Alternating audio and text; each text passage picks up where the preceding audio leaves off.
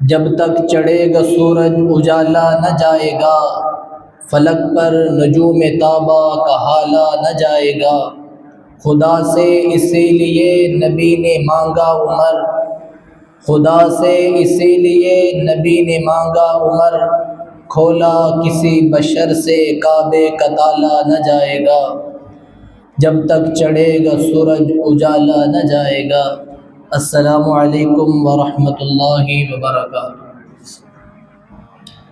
میرے محترم بھائیوں، دوستوں، عزیزوں،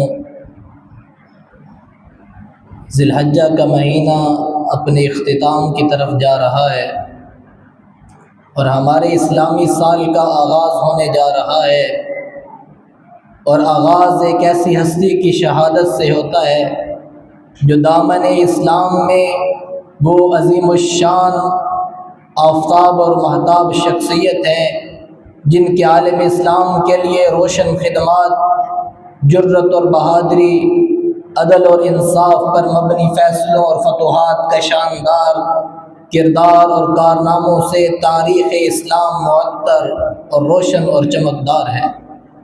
ایک ایسا نایاب اور انمول باب جس کی عظمت، رعب، دبدبہ، شجاعت، بہادری، انصاف، عاجزی، فہم و فراست، قانون اور تقوی، عدالت، اثار و قربانی، غریب پروری، خلافت راشدہ، دیانت اور امانت کی پہچان، محبت اہل بیت، محب رسول اکرم صلی اللہ علیہ وسلم ایسے کہ بیگانے بھی تسلیم کرتے، جو امیر المؤمنین کہلائے، جو خلیفۃ المسلمین بنے، وہ داماد علی المرتضیٰ ٹھہرائے، وہ فاتح بیت المقدس، وہ حاکم عناصر اربع، وہ شہید منبر و محراب، جناب سیدنا وزیر پیغمبر، خلیفہ دوم، انتخاب رب العالمین، وکیل ام المؤمنین، فاتح کیسر و کسریٰ،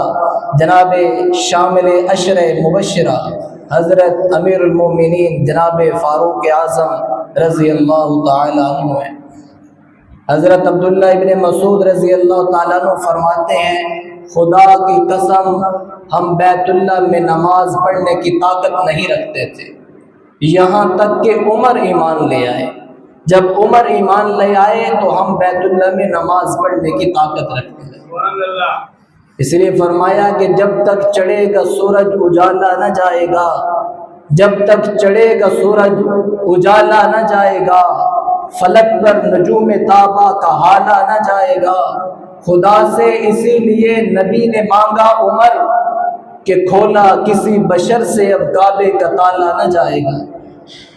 جناب عمر بن خطاب رضی اللہ تعالیٰ عنہ جب ایمان لے آئے، فرمایا کہ پہلے دن جب بلال رضی اللہ تعالیٰ عنہ اذان دے رہے تھے تو آپ نے تعجب فرمایا کہ حضور کیا ہم حق پر نہیں ہیں؟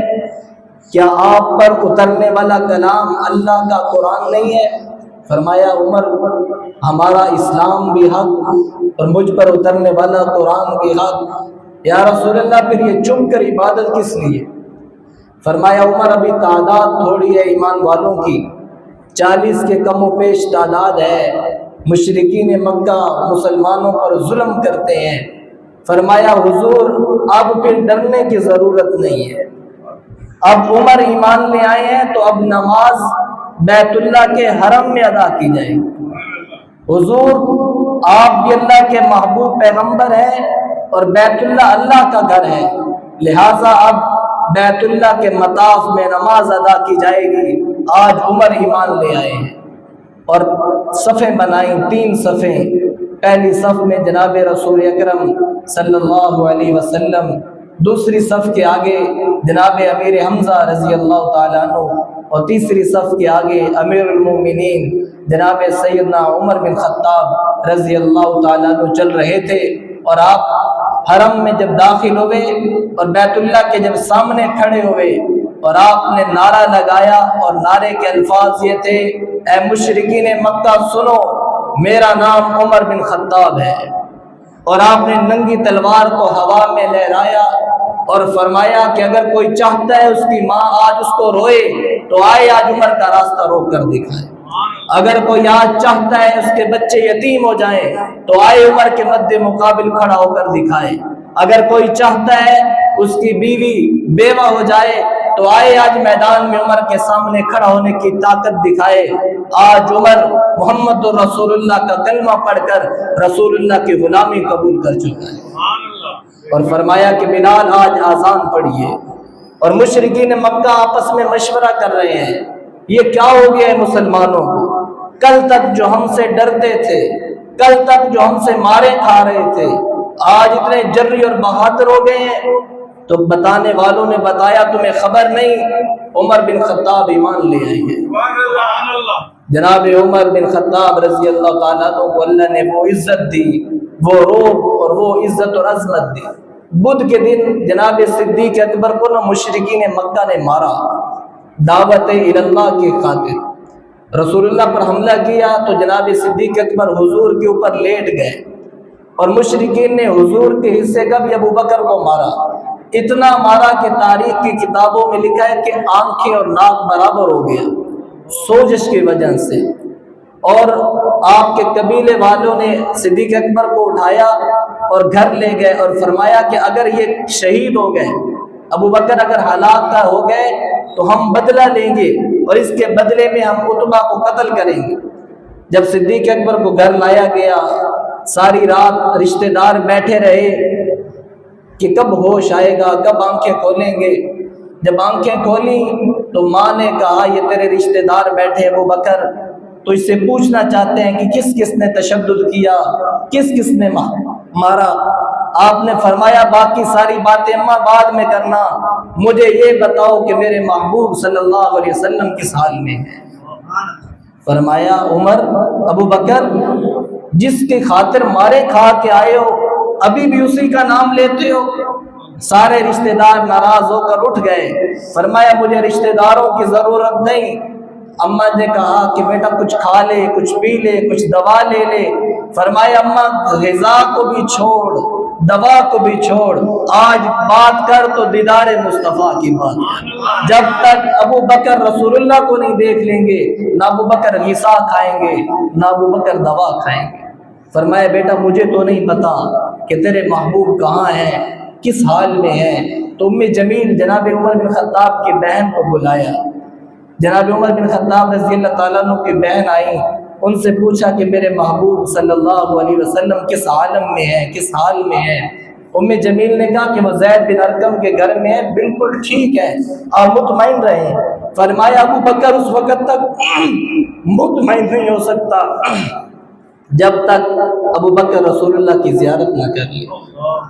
اپنی ماں کے کندھے پر ہاتھ رکھا، ام جمیل کے کندھے پر ہاتھ رکھا، اور بڑے بوجھل قدموں کے ساتھ زید بن ارقم کے گھر گئے، اور رسول اللہ کے چہرے انور پر نظر پڑی، اور جناب آمینہ کے لال نے جب اپنے یار کو دیکھا نا صدیق اکبر کو، تو حضور کی آنکھوں سے آنسو گر پڑے، اور حضور نے سینے سے لگا کر اتنے روئے کہ آپ کی ہجکیاں بند گئیں۔ ابو بکر میرے لیے مارے کھائیں، یہ کہنا آسان ہے، کسی کے لیے مارے کھانا یہ کہنا آسان ہے۔ ابو بکر میرے لیے مارے کھائیں ہیں۔ فرمایا حضور میری جان آپ پر قربان ہے، حضور میرا سب کچھ آپ پر قربان ہے، ایک جان ابو بکر کی کیا چیز ہے۔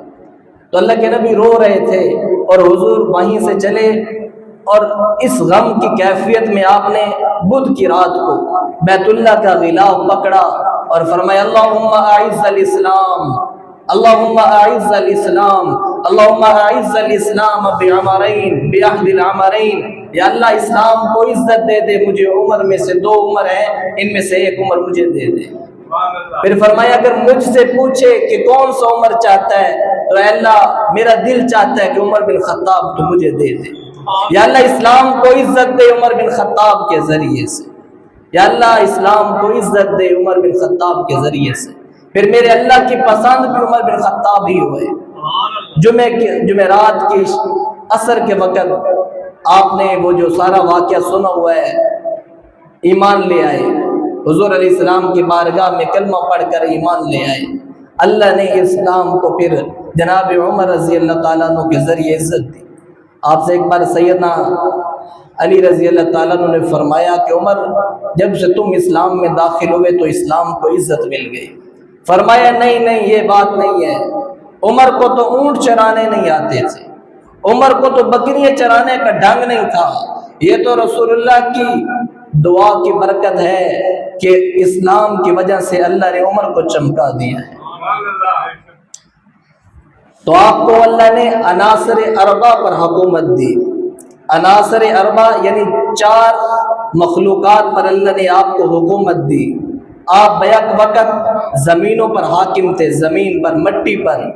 آپ آگ پر حکمران تھے, آپ ہواؤں پر حکمران تھے, اور آپ کی حکومت پانی پر بھی تھی. مدینے میں زلزلہ آیا آپ کے دور خلافت میں, تو آپ نے زمین پر درہ مارا اور فرمایا زمین ٹھہر جا. اس کو کیا عمر نے تجھ پر عدل نہیں کیا؟ آج 14 صدیاں گزر گئی مدینے میں, اس کے بعد پھر زلزلہ کبھی نہ آیا. اور آپ منبر رسول پر کھڑے ہو کر خطبہ ارشاد فرما رہے تھے. جاریہ الی الجبل, یہ تقریباً یہ پہاڑ 1500 کلومیٹر کی دوری پر ہے. وہاں مسلمانوں کا ایک لشکر جہاد کر رہا ہے. آپ منبر پر کھڑے ہو کر فرما رہے ہیں یا ساریہ الی الجبل, اے ساریہ پہاڑ کے پیچھے دیکھو. تو سارے صحابہ حیران ہوئے کہ منبر پر کھڑے ہو کر 1500 کلومیٹر پر آواز لگا رہے ہیں عمر. یہ آواز مسجد